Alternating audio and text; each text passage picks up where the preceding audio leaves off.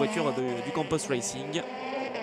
Ah, c'est toujours bien d'avoir aussi un bon leader dans l'équipe, un garçon qui a du feedback, qui sait régler l'auto. Je pense que évidemment on a beaucoup travaillé pour permettre à Constantin Tereschenko d'avoir une bonne voiture ce week-end. Et de toute évidence, Menchaka en a bénéficié aussi, c'est assez logique. C'est vrai que pour l'instant ça se passe bien. Il n'y a que Ahmad Al-Ghanem qui est un petit peu plus loin. Il est 14e avec cette voiture également du Campos Racing. Mais bon, lui, ça a été plutôt régulier durant toute la saison. Il était un peu plus en retrait, un pilote rookie. Ahmad Al-Ghanem donc. Alors qu'on est entré dans le dernier tour pour Ça Tereschenko. revient un petit peu pour Kanemaru, mais ça ne devrait pas suffire. Je pense que Tereschenko, il a aussi un petit peu levé le pied là en fin de course. Il y a 4 dixièmes d'écart entre les deux chronos de ces deux pilotes. Et par contre, Kanemaru, il a mis le pied au plancher parce que là, une 42 477 dans le dernier tour, eh bien, il va priver, mine de rien, un petit point Tereschenko. Parce que Tereschenko, il comptait bien peut-être. Ça peut coûter cher, un point à l'issue de la dernière course. Parce qu'on rappelle bien sûr que le meilleur tour en course est couronné d'un point de bonus. Et c'est vrai que Tereschenko comptait peut-être là-dessus, mine de rien. Il avait effectué un chrono de 1,42 649. Et puis là, dans le dernier tour, Kanemaru était intraitable. 1,42 4. Ça se rapproche quand même pas mal. Bon, il va revenir dans les échappements, il va montrer finalement qu'il était rapide et puis bon, il ne pourra pas passer. Il serait temps que ça se termine pour Tereschenko là.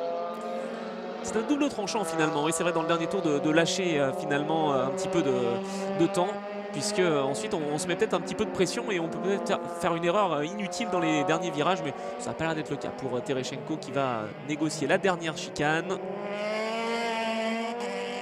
Et qui va arriver tranquillement sur la ligne d'arrivée.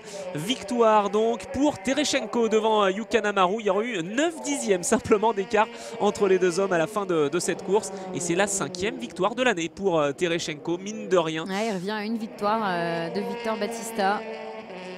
Eh bien, Victor Battista d'ailleurs qui ne termine pas 3e. Que se passe-t-il? Où est-il Victor Battista? Oula, alors là attention. Très bizarre parce que nous on nous l'annonce 3e sur nos chronos et à l'image on ne l'a pas vu. Je pense que c'est une erreur de synthé. De synthé, oui, il faut espérer en tout cas pour... Ça a été surprenant, on était plus concentré sur... ouais. Non, en tout cas, c'est vrai que sur les datas, sur le live timing, on nous l'annonce 3e ayant passé la ligne. Bon, on va dire qu'il est 3e alors. Tereschenko donc premier qui va charger un petit peu ses pneus en gomme pour alourdir sa voiture en fin de course pour les vérifications techniques. Et puis Kanemaru qui termine donc 2e. Il aura tout tenté, le pilote japonais, jusqu'à la fin. Et oui, on aperçoit bien Victor Battista.